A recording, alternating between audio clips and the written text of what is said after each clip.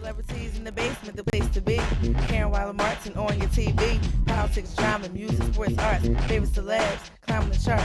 First-hand info on the live. Careers, next projects on the rise. Come visit Karen every week. Never know who's in the hot seat. Celebrities in the basement is the place to be. You got Karen Wilder Martin on your TV screen.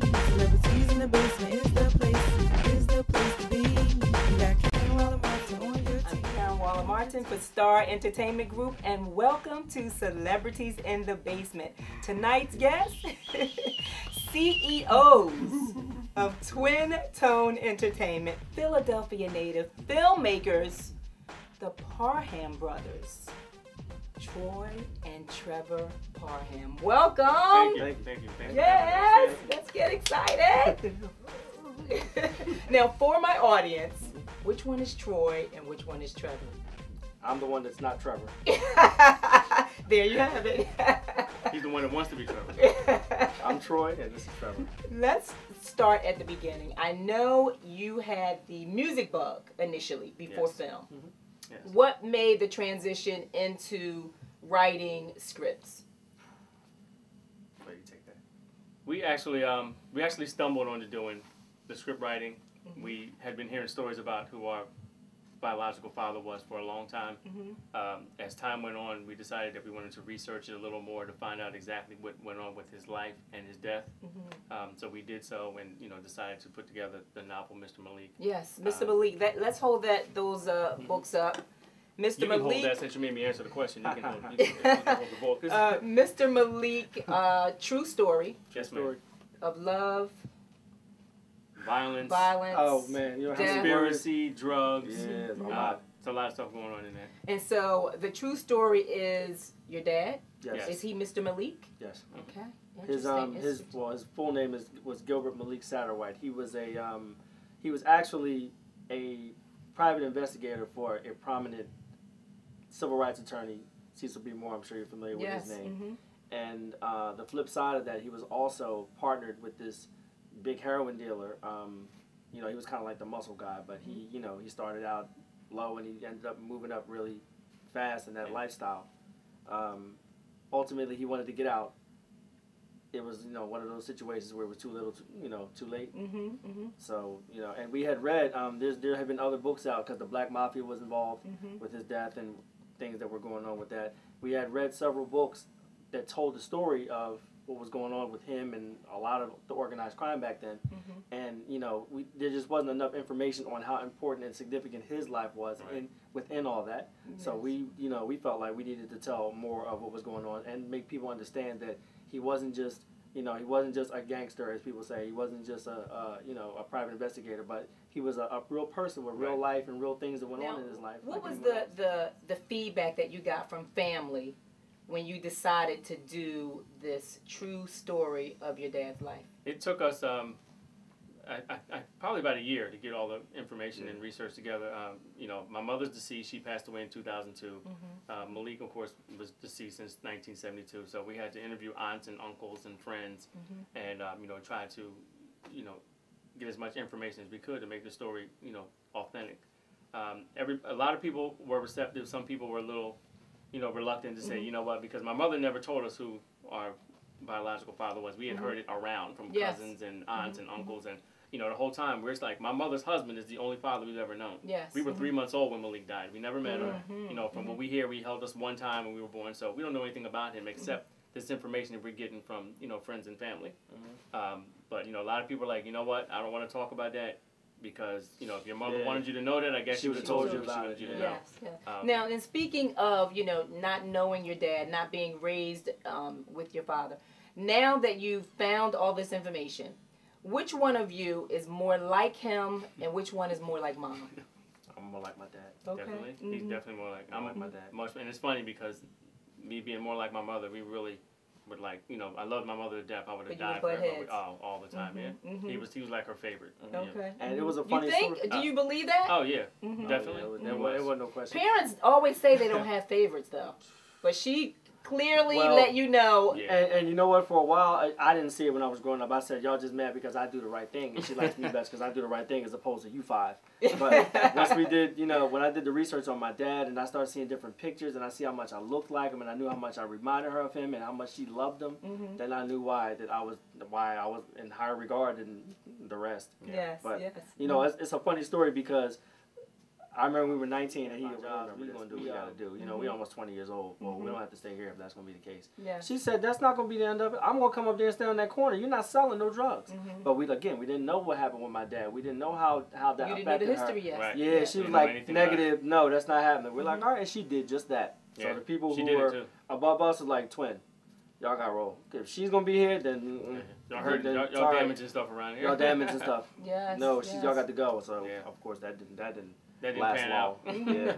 That's Yeah, she was wonderful, serious. strong mother. Yeah, she was serious. Yes, She was. God bless her. She was God rest her serious. soul. Yes, She was. yes. Yep. Now, from the inception of Mr. Malik, the novel, the transition into making the feature film, The Millionaire, why was the name changed, first of all?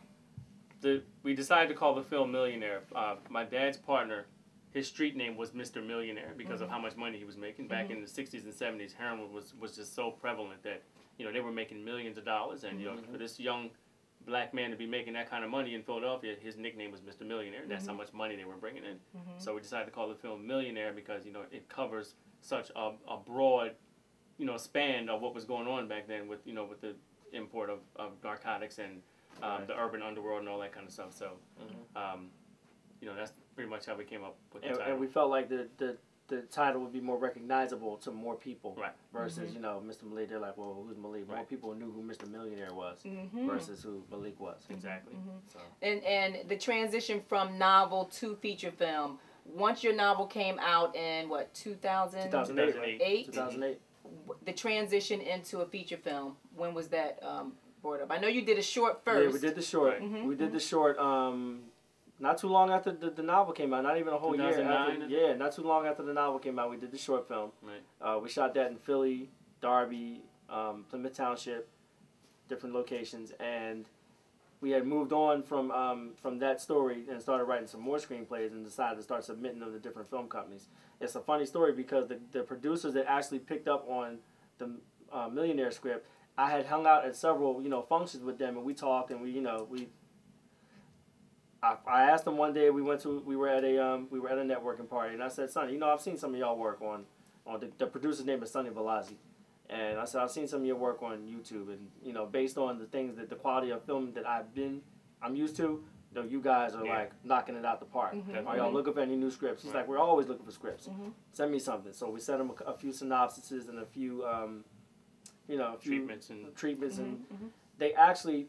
His first interest was in a script that we wrote called The Jogger. It's a serial killer suspense thriller. He was all systems go on that because those were the type of films that they're into. So I said, okay, well, you got something you like, you know, let's meet, let's talk about it, let's see where we can go with that.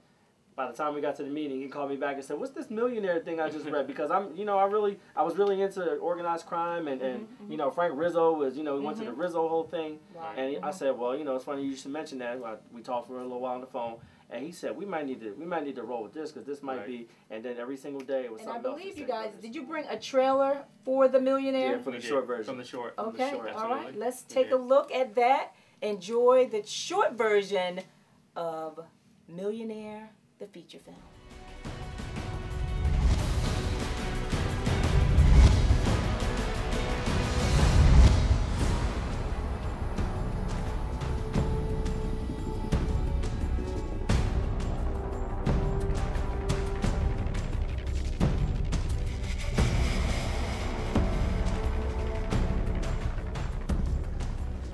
Not here to congratulate anybody, especially myself.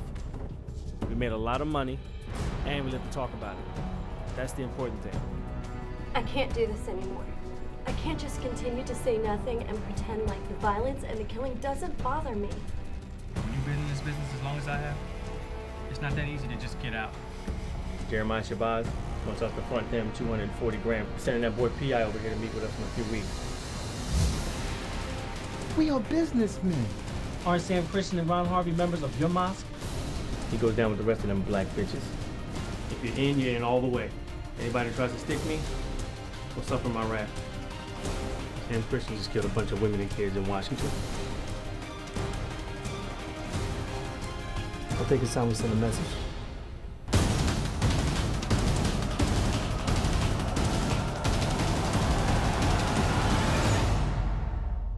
This is a serious film. Oh yeah, absolutely. All serious films, however, have some comic relief. Mm-hmm. Which one of you is the comedian and which one is more serious? I'll ask that. Just don't, by the time we leave here, on the way home, he's going to be imitating you. Okay, yes. Okay. He's going to be imitating you. Don't talk around him, don't move around him, because he's going to make fun of you. And make fun of you so well. I'm like, yo, will you stop it? You stop it. Will you just stop? Just stop it. Yeah, he's the comic. Wow. That's interesting. Well, and there's always, you know, with twins, there's always a serious one, and there's always a but jokester. You know what? I think you're both. I'm only serious about the money. Yeah, See, he really is. It's like when Really he's just like so nonchalant about the business stuff, and I mean, Yes. he's just oh, I'm like no. I don't care if I never go anywhere. If I feel like that the business is not right, then I'm just not doing it. Like that. We would be at book signs, and I would be giving people books for free. He's marking it down. I'm like, $10 you owe. Yes, I'm like, I'm just trying to promote the book. Oh, he's on top of every dollar. Now, speaking of the novel, Mr. Malik, did you self-publish? Yes. Okay. Yes. How was that experience for you? You know what was interesting is I knew so many authors. I actually got into the whole writing, you know, the authoring thing before he did. I mean, then he got in later. But I had hung out at bookstores. I went to a few book signings. I knew different authors and publishers, so I wanted to learn the ins and outs first. We first tried to submit, because, you know, we've been songwriters, so we tried to submit a book of poetry to several publishers. It kept getting the standard rejection letters. Doesn't sell, nobody wants it. No, okay, so we kind of got a bitter taste in our mouth for submitting anything. We wrote Mr. Malik, which I actually inserted some. I said, you know what? Let me write a novel, and then we can sneak some poems poetry inside the novel. Inside the book. Right. We'll make Malik a poet, and we'll sneak some poems in there.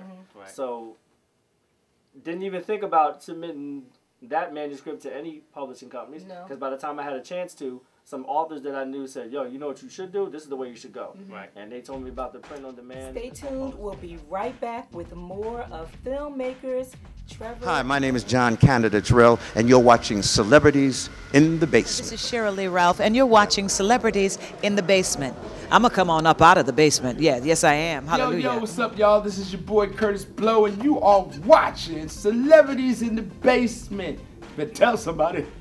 Hi, I'm Christopher Mann, and you're watching Celebrities in the Basement.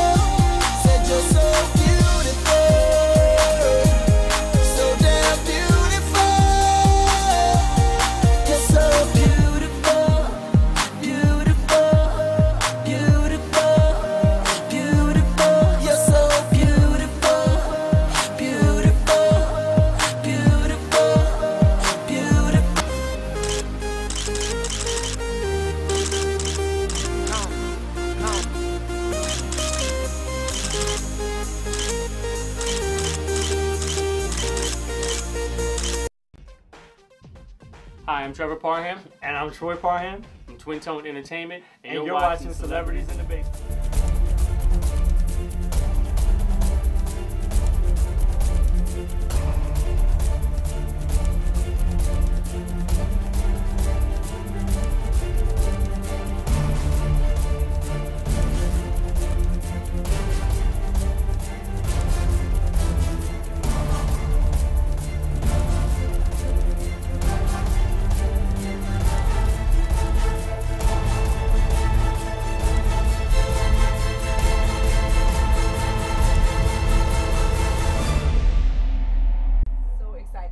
Directing the film?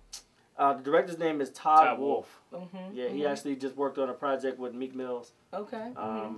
You know, he's got, again, I looked at the quality of work the producers put him in. We met him for the first time at the last casting call. Nice guy. And he was just like, yo, this script is, the book is let's go. Yeah. Yes. Let's go. Everybody's excited, definitely. Yeah. Truly, truly exciting. Now, with the short, I know you started actually filming the short back in 2008. Yes. Yes. When did you start filming for the feature, or have you started? I haven't yet? started. I'm filming. We're it still probably, in pre-pro. Yeah, we're in pre-pro right now, and still doing finishing some last-minute casting. Probably looking to shoot the end of April. I mean, the end of March, beginning of April. Right. Wait for the weather to break a little bit. Okay. And where will that shooting take place? Majority. Philly, Philadelphia. yeah, New Jersey, because we definitely want to do the whole Club Harlem thing. We want to go to Atlantic City and try to recreate that whole scene. Right. Definitely. Yeah, but the majority are here in Philly. Well, Pat actually came up with Pat Moran's idea was to do some of the shooting in Baltimore because some of the Baltimore city streets look like Philly. Philadelphia. Look Okay. like Philly. Yes. Yeah. That's a good point. That's a good point. That way, I mean, some of the extras can actually come from that area, just being on the street or what have you. Yeah. Yes. She's already reaching out to some people from The Wire to be in the film and stuff. So that's why she made the suggestion about Baltimore. Some more people from The Wire. More people from The Wire. Because you got Nakia Dillard, you got Brian Anthony. Eric Yes. Dellums. Oh my goodness! Eric Wow. Dellums. Eric Dellums is in the movie. Yes. Yeah, I forgot Chris about Mann, Eric. Sorry, Sorry about that, E. Eric Dellums is in the movie. Bunch of people from The Wire. Yes. How large would you say is your cast? And you're not finished casting, but how large would you say it is? We've got about 25, maybe. Yeah, probably about 25 to 30. And these are like main roles. Yeah, this is gonna be like the Black Godfather. It's so it's gonna be like a career-launching movie for people who are acting in this film. Absolutely. And these are all roles that we have to have because this is a true story. So it's not like we can say, scratch that, scratch this. We have to have this. So for it to be authentic That's and right. the quality is already there. What roles you're actually playing in The Millionaire? I did. You know what? When I saw how big the film was getting, when we first did the script, I felt like no one was gonna play my dad's role the way I would because the story is so personal to me. Yes. Well, looking at it from another side as an executive producer now, I said, maybe the role, I'm new to acting, maybe the role needs someone with a little more experience that could actually, bring the character home better than I can. So in came Chris Mann, in came Brian Wilson. We when we rewrote the script, there's a part at the end of the film where my brother and my characters pull up to this restaurant, and we're going in there to. It's kind of like a flashback. We're going in to get some information from the store owner on what happened to our dad, 35 years ago, and the conversation kind of goes bad, and this leads to that, and guns pulled and words exchanged. So we're actually playing. Our characters are Tristan and Trennis Williams, which was my mom's last name. And we're kind of just, in the beginning of the movie, we just pull up in this SUV, and we're sitting there talking, do you really want to go through with, pushing this story through and find out what's going on? Should we just leave well enough